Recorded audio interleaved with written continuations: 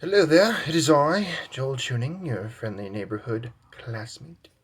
The purpose of this video is, of course, to explain the dispositions I possess as a future teacher, what I will need to work on before I become one, and the general qualities a professional educator should display. Now, what dispositions do I think I possess? Well, in the survey, I had strongly agreed to every single disposition except one. I truly do believe that, to my core, that everyone is capable of learning. However, not everyone learns the same way. I think the first two coexist in this way. Um, no one person is the same, and it's crucial that everyone is treated equally but not the same. To understand this statement, it's important to remember that not everyone learns the same, so you cannot expect to teach the same. For example, I learn best by doing rather than visually or lectures or any of those types of things. Like in math, in high school, I always had to do the problems rather than listen to my teacher. Otherwise, I never would have learned anything. Um,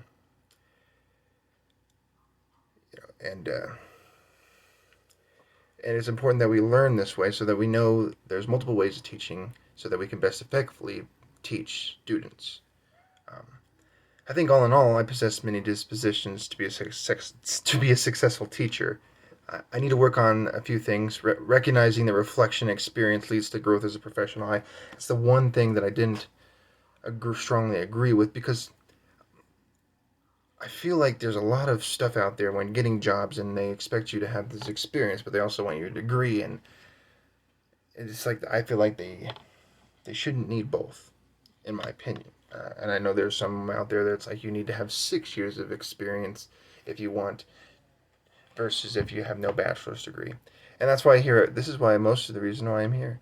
I mean, I was retired. Well, not retired, but I was discharged from the army medically, and because of that, I have a top secret clearance, and I utilize that in ways to have my job currently, which I get paid pretty decently, and but I can't move on further with a top secret clearance without at least a bachelor's degree. So that's what's causing a lot of issues. And for me, I think that experience should not necessarily be completely what reflects as you as a professional. But regardless, I think that I may have to think about this a little bit more. I think if these dispositions that are listed on this survey, if that's all that there is, and that's all that I need to ensure that I complete. But I'm pretty sure there's more than this. There's more to it than just this survey that we're doing here. But um, I think if I, at least on the survey, regardless of anything else, it's a future or other, I think that I should start to think better of it now and understand that experience is important, and reflecting on your past experiences and stuff is best to become a professional educator. After having a stellar educational experience at Fort Carson High School, I know what qualities a teacher should have to be successful. You must be open-minded. That's huge for me. And I think being kind and caring and having a sense of humor is also pretty important. Um, an example of the open-mindedness is, for a while there was a little bit of a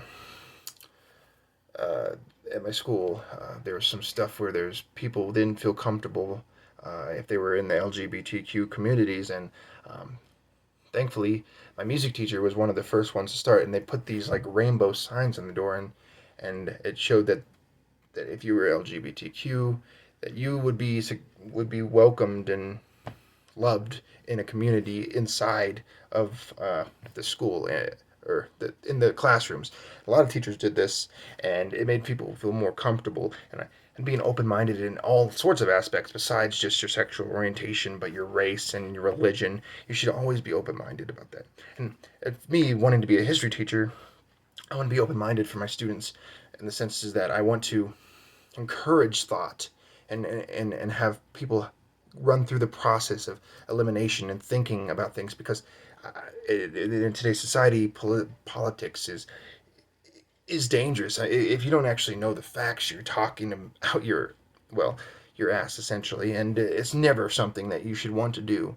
But that's why when I become a history teacher, hopefully one day, that when I have the students, I want to talk to them. I want to understand what they think. I want them to think about the current events and explain to me what it means to them.